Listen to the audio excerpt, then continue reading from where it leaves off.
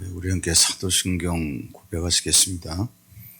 전능하사 천지를 만드신 하나님 아버지를 내가 믿사오며 그 외아들 우리 주 예수 그리스도를 믿사오니 이는 성령으로 잉태하사 동정녀 마리아에게 나시고 본디오 빌라도에게 고난을 받으사 십자가에 못 박혀 죽으시고 장사한 지 사흘 만에 죽은 자 가운데서 다시 살아나시며 하늘에 오르사 전능하신 하나님 우편에 앉아 계시다가 저리로서 산 자와 죽은 자를 심판하러 오시리라. 성령을 믿사오며 거룩한 공회와 성도가 서로 교통하는 것과 죄를 사하여 주시는 것과 몸이 다시 사는 것과 영원히 사는 것을 믿사옵나이다. 아멘. 우리 사도행전 12장에서 보겠습니다.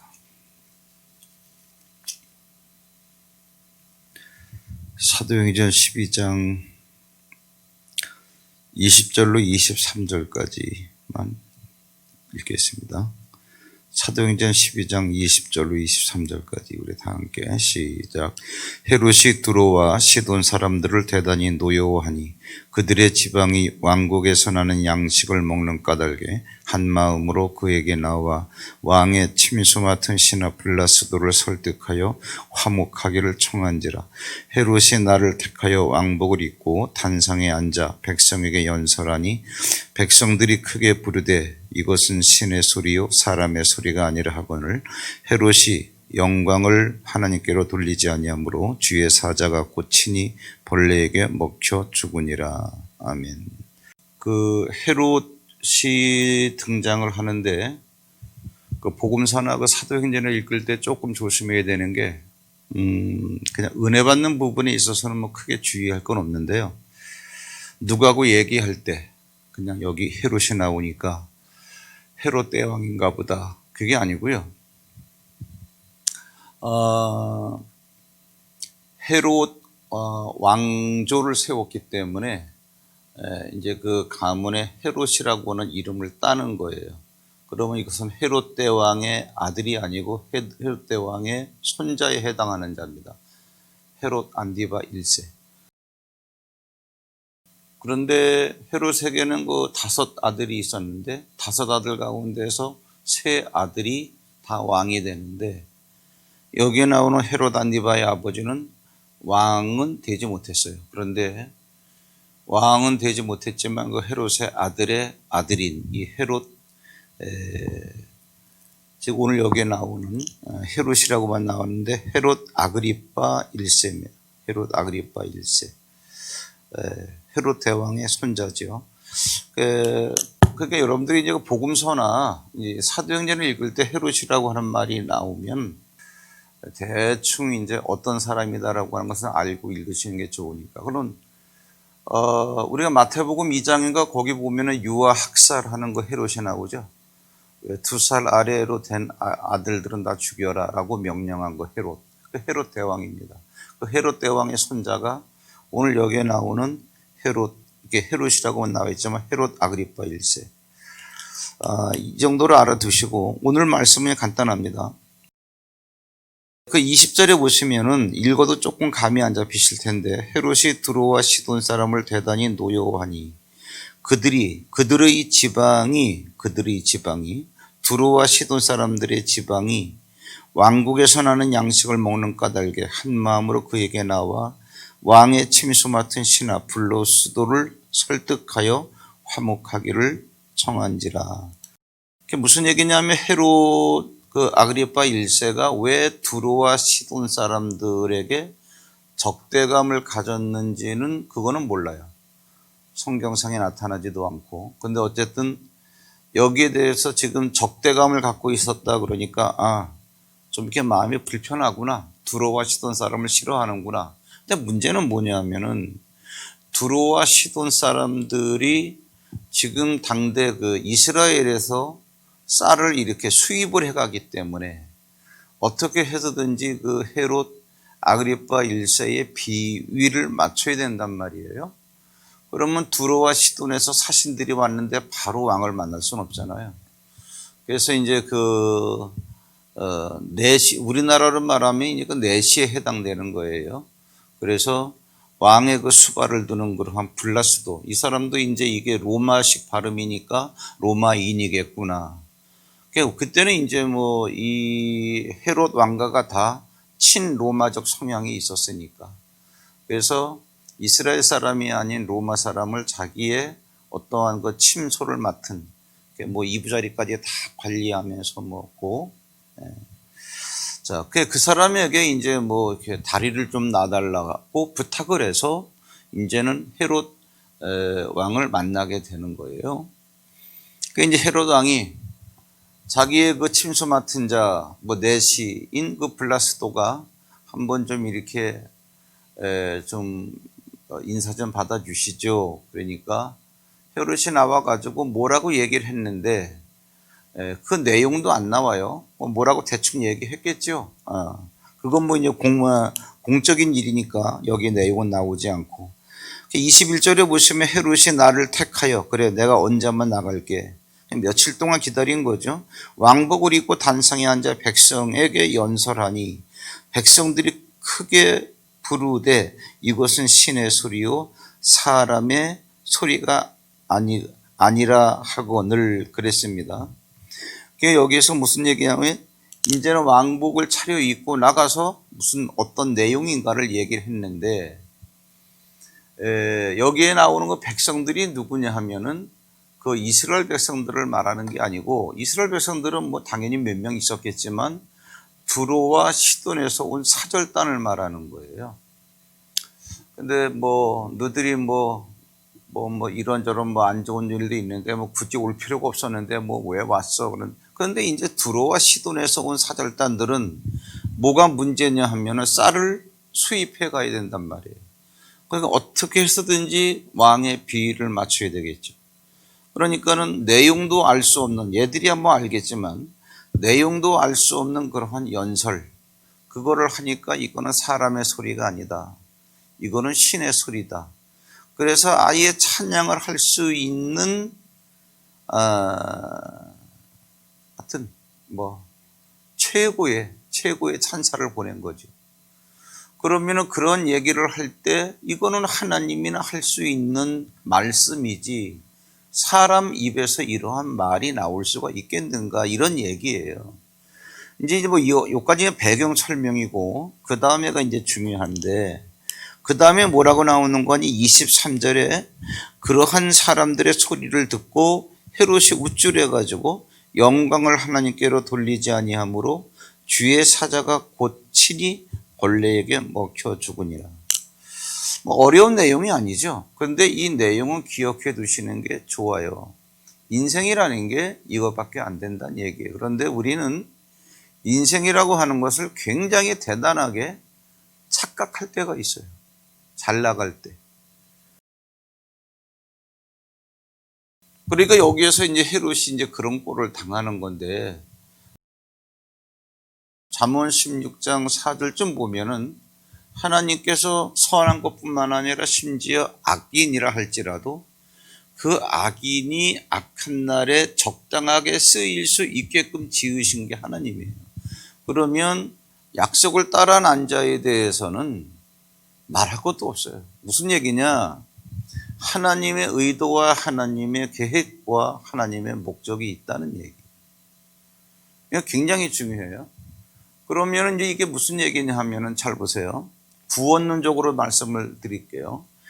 애굽이라고 하는 나라가 있어요. 여기 430년 동안 이스라엘 백성들이 종으로 살았는데, 하나님께서는 이스라엘 백성들이 여기에서 살 애들이 아니고 걔들이 살 수 있는 곳을 지정해 놓으시고 하나님은 거기까지 데려가길 원하셔요. 거기까지 데려가길 원하시는데 너희들 저기로 가라 이렇게 말씀 안 하셨어요. 하나님의 의도하시는 그 가나안 땅까지는 하나님께서 일방적으로 데리고 가셔요.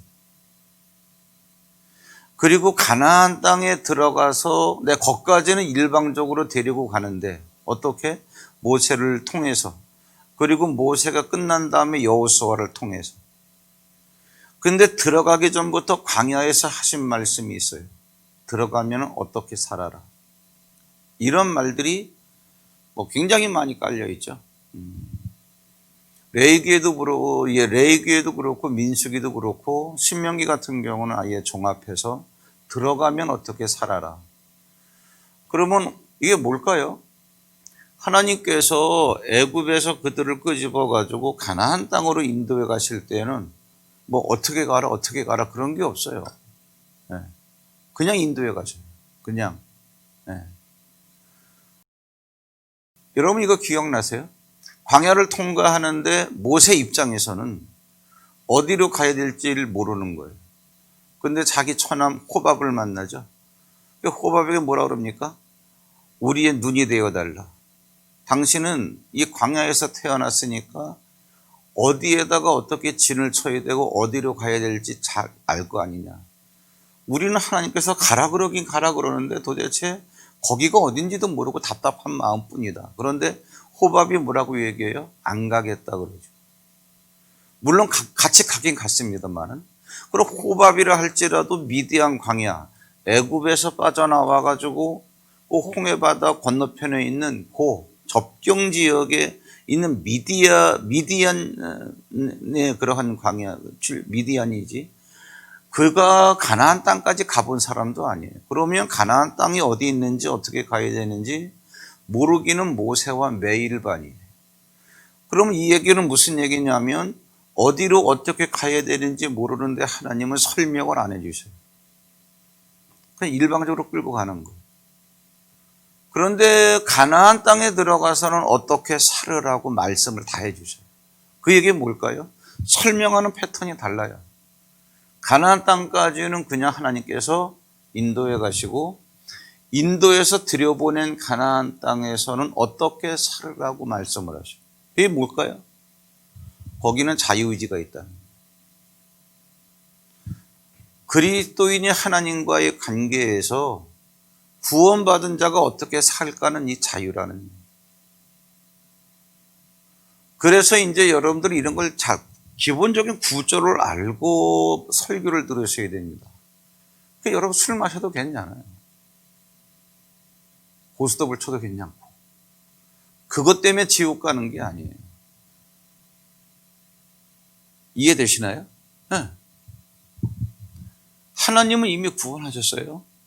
그런데 구원받은 네가 고스톱을 치고 술을 마시고 담배 피우고 해서 뭐 할 거냐는 얘기예요. 그게 하나님의 목적과 하나님의 의도와는 아무런 관계가 없는 건데.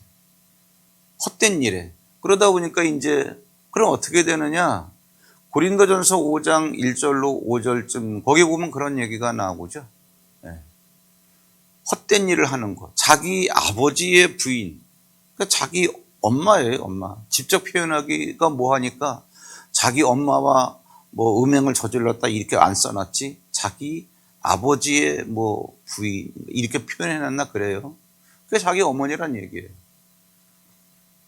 에이, 그런 일이 있을 수 있어요. 계모겠지. 그거는 너무 성경을 미화하고 듣는 사람들에게 완곡하게 표현하려고 하는 거지. 사실 고린도 지방이라면 얼마든지 그럴 수가 있어요. 항구 도시거든. 그리고 아프리카, 유럽, 아시아 세 대륙이 만나는 지점이거든요. 모든 문화가 혼재되어 있거든요. 가치관 자체가 혼란스럽죠. 도덕관념이 없고. 그러다 보니까는 그것도 이제 교인에게 하는 고린도 전서는 고린도 교인에게. 교회 안에 이런 그럼 거기에 뭐라고 나오는 거 아니? 맨날 그렇게 사니까 하나님께서 인생을 그냥 단축시켜 버린. 예. 그래서 주의 날에 구원은 받되 육신은 멸해버린. 이게 그 얘기거든요. 왜? 하나님의 의도와 관계없는 거니까. 자, 그러면 어떻게 되는 거냐? 더 간단히 얘기해서 하나님과의 관계를 이렇게 설명을 해 드릴게요. 무슨 얘기냐? 여기 어항이 하나 있어요. 어항에 물고기가 놀아요. 그러면 이 어항을 내가 딱 들어다가 저기 갖다가 놓으면 물고기의 의지와는 관계없이 물고기는 저기로 가게 돼 있어요. 근데 저기가 있는 어항 안에서 어디로 갈 거냐는 물고기 마음. 하나님께로부터 약속을 따라 난 자기 때문에 구원에 대한 사건을 하나님께서 주도적으로 하셔요. 구원받은 네가 어떻게 살 것인가 라고 하는 것은 우리의 인격을 존중해 주시기 때문에 바로 그 얘기예요. 그래서 뭐 다 아시는 얘기지만 이러한 구조에서 그러면 가나안 땅에 들어온 사람은 어떻게 살 것인가? 고린도전서 3장 10절부터 15절에 그런 내용이 나오죠. 그리스도라고 하는 터 이외에 건축을 하는데 그리스도 터 이외에 어떻게 건축할까는 네가 조심해서 생각해가지고 해라. 어떤 사람은 금으로, 어떤 사람은 은, 보석, 나무, 풀, 지푸라기로 공력을 쌓는데 그리스도 이외에, 그러니까 뭐예요? 구원받은 자들이 살아가는 삶의 양태가 다 다르더라는 얘기죠. 금, 은, 보석, 나무, 풀, 집. 마지막 때 불을 통과할 때에. 불 통과하는 얘기는 뭐 첫째 심판은 물심판, 두 번째 심판은 불심판 그 얘기죠. 마지막 때에 불을 통과하면은 그대로 있으면 상을 받는 거고 그대로 있을 수 있는 것은 금, 은, 보석밖에 없죠. 그 다음에 나무, 풀, 지푸라기는 불을 통과하지 못하고 다 재가 돼버리죠. 형체 자체가 없어지죠. 이거를 여러분들이 잘 정리하셔야 돼요. 무슨 얘기냐면 불을 통과하기 전까지는 뭔가 있는 것처럼 생각이 됐단 말이에요. 나무니까, 풀이니까, 지푸라기니까 나 이만큼 했어. 그런데 불을 딱 통과하게 보니까는 딱 남는 게 없어요. 해를 받으리니. 그 해가 지옥 가는 해가 아니죠. 그러나 자기는 구원을 받으리라. 뭐 이렇게 되어 있어요. 3장 15절쯤 보면 바로 이 얘기 하는 거예요. 이 얘기. 자, 지금 이제 제가 이제 그것을 교리적으로 다 이렇게 좀 대충 정리를 해 드렸습니다만은 이제 이러한 그 정리된 그 교리에 대한 정리된 안경을 갖고 여기 보면은 하나님의 자리에 앉고 싶은 게 이 헤롯이. 이거 사람의 소리가 아니다. 이건 신의 소리지. 여기에 대해서 그렇다 아니다 어떤 반응을 보였는지는 모르겠어요. 그런데 헤롯이 그런데 영광을 돌리지 않은 거로 이 얘기가 무슨 얘기냐면은 하나님께서 나를 사람들에게 하나님께서 이렇게 높여주시는구나. 이것을 생각을 안 하고 그래 내가 높다. 영광을 돌린다 이 얘기가 너희들이 그런 말 하는 것 나를 인정하는 게 어떤지 잘 모르겠지만 어쨌든 내가 그렇게 신처럼 보인다면 그거는 내 능력과 내 재주로 되어진 게 아니고 영광을 돌린다. 영광도 이제 여러분 정확하게 정리하세요. 영광이 빛으로서의 하나님이에요. 그럼 하나님에 계시면 하나님께서 빛으로 나를 찾아오신 거 아니에요. 이 방에 있는 불을 다 끄면 여러분들은 저를 볼 수가 없잖아요. 여러분들이 저를 볼 수 있는 이유는 뭐냐면 이 전등이 이걸 갖다 뭐라 그래요? 무슨 광? 그냥 형광. 형광이 나에게 딱 왔기 때문에 그러면 하나님이 빛으로서 영광이 나를 찾아오시면 나라고 하는 존재가 드러나게 돼 있는 거예요. 그렇죠? 그러면 영광을 돌린다 이 얘기가 나를 찾아오신 하나님께서 나에게 이런 일을 행하셨기 때문에 내가 지금 높임을 받는 것인데 이것은 내 능력이 아니고 이렇게 보이게끔 하신 분이 나를 찾아오셨기 때문에 그런 거야. 그래서 나를 찾아오신 저분이 하신 거야가 나를 찾아온 영광을 이렇게 다시 돌려드린다가 영광 돌린다의 언어적 개념이 그거예요. 그러니까 막 판에 박힌 말처럼 영광 돌리고 그러지 말고 영광 돌린다가 뭐냐 하면 나에게 일어난 모든 사건들은 하나님께서 하신 일이다를 인정하라 그런 얘기. 영광을 돌리지 않은 거로 이 얘기가 무슨 얘기냐면 그 사람들이 헤롯에게 어떻게든 그 수익권 좀 따내려고 그냥 이거는 신의 소리다라고 비위를 맞추니까 내가 보기엔 그냥 침묵한 것 같아요. 뭐 이러면서 그렇지 뭐 이렇게 헛기침하고. 그러면 이건 뭐냐면 그렇지 내가 신이다 이 소리는 안 했다 할지라도 사람들이 그렇게 불러주는 것을 암묵적으로 시인했다는 얘기거든요. 이런 심리들이 다 있어요. 그러면 이러한 심리가 웬만한 사람들에겐 다 있다라고 하는 것을 가지고 이제 제가 지난 시간에 베드로하고 그 다음에 바울의 영성에 대해서 큰 줄기로 정리를 해드렸죠. 이러한 시각을 가지고 베드로하고 바울을 한번 비춰보세요. 어땠나? 베드로는 금방 생각나시죠? 왜? 그 앞에서 고넬료 얘기했으니까. 고넬료가 대단한 사람입니다. 그 이탈리아 군대의 백부장이에요. 이방인이에요. 이스라엘을 통치하는 최고 통치권자는 아니지만 군사력을 가지고 이스라엘에서 옛날에 우리나라 일제시대 순사들 조선 사람들에 대해서 일본 순경 그거 얼마나 대단했어요. 그 정도만 해도 그 정도였는데 그런데 그러한 그 고넬료라고 하는 사람이 자기뿐만 아니라 친구들을 다 데리고 베드로를 초청해서 베드로가 들어오니까 신발도 안 신고 뛰어나가서 마당에서 절을 하더란 얘기죠.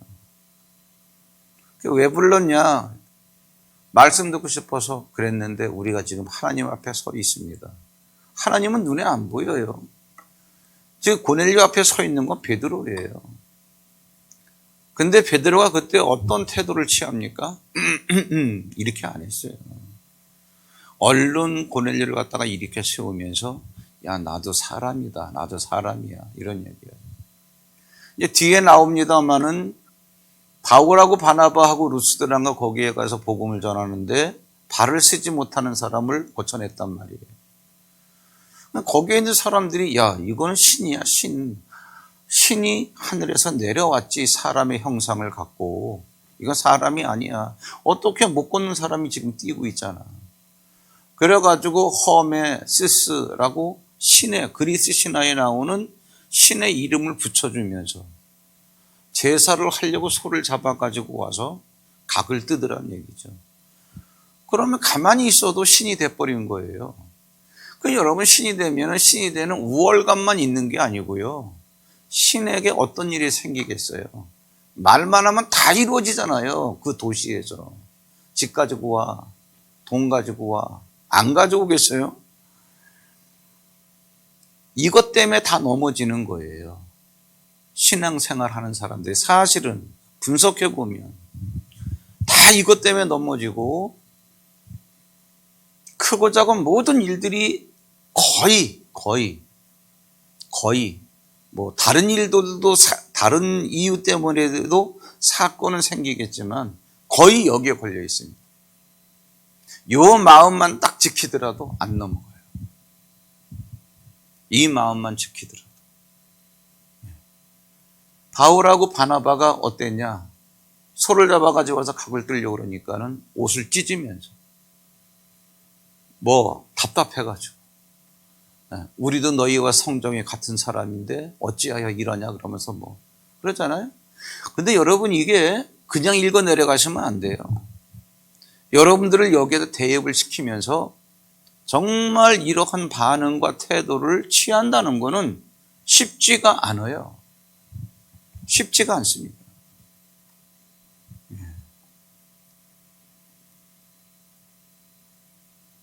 그런데 여기서 이제 이 헤롯이 영광을 돌리지 않은 걸로 인생이 왕의 인생이 비참하게 끝내죠.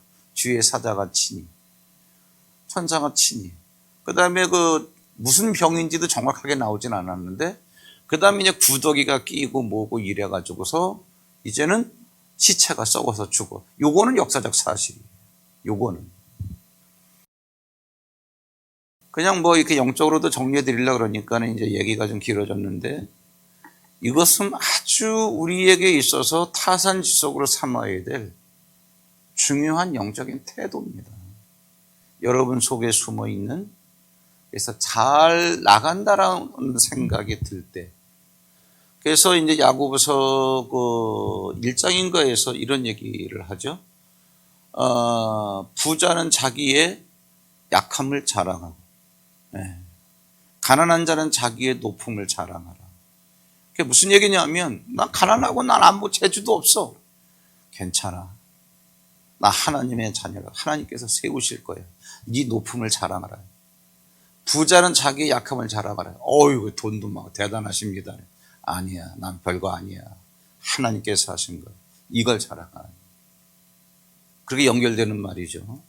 그래서 우리에게 인격적으로 자유의지를 주셨는데, 하나님께서 이걸 또 더 이제 우리가 더 이제 이렇게 쭉 해서, 저는 이제 이 추론하는 걸 좋아하기 때문에 나의 그러한 존재의 뿌리를 찾아 올라가 보면은 우리의 영혼은 다 이미 에베소 1장 4절에 보면은 천국에서 하나님께로부터 난 자가 그거예요. 하나님이 영이시니까, 말씀이시니까, 말씀을 따라 난 자, 성령을 따라 난 자. 근데 그러한 나를 흙이라고 하는 육체에다 부어가지고 인생을 살게 하시는 거 아니에요? 그거란 말이에요. 그러면 그러한 나에 대한 하나님의 의도와 목적이 있는데, 매 순간순간 흙 속에 갇혀있는 영혼으로 살면서 흙덩어리인 나에게 나타나는 주변적 모든 사건과 상황과 환경, 하나님께서 끌어가시는 건데, 나의 선택이, 가나안 땅에 들어와서 행하는 나의 선택이 하나님과 방향성이 맞을 때, 하나님은 그걸 원하시는 거죠. 그게 이제 금, 은, 보석, 나무, 풀, 집, 이렇게 나타납니다. 후회 없는 삶을 사시기를 주의 이름으로 축원합니다. 기도하겠습니다. 하나님 아버지, 오늘 짧은 말씀이지만 많은 내용을 다뤘습니다. 우리가 구원은 받았지만 어떻게 살아갈 것인가? 구원받은 우리들의 삶에 대한 방향성과 목적, 궁극적으로 도달해야 될 때 하나님 분명히 깨닫게 하사 매 순간순간 주께서 원하시는 것이 무엇인지 이것을 놓치지 않도록 인도하여 주시옵소서. 값진 인생으로 살아가게 하실 것을 때마다 날마다 시마다 의뢰하며 주의 말씀이 그런가 하여 묵상하고, 그래서 베레아 사람들처럼 정말 신사라고 하는 그러한 칭찬을 받을 수 있는 자들이 되게 하옵소서. 예수님의 이름으로 감사하고 축복 기도하옵나이다. 아멘. 하늘에 계신 우리 아버지여, 이름이 거룩히 여김을 받으시오며 나라의 마옵시며 뜻이 하늘에서 이룬 것 같이 땅에서도 이루어지이다. 오늘날 우리에게 일용할 양식을 주옵시고, 우리가 우리에게 죄 지은 자를 사하여 준 것 같이 우리 죄를 사하여 주옵시고, 우리를 시험에 들게 하지 마옵시고 다만 악에서 구하옵소서. 대개 나라와 권세와 영광이 아버지께 영원히 있사옵나이다. 아멘. 자유롭게 기도하시고 돌아가시기 바랍니다.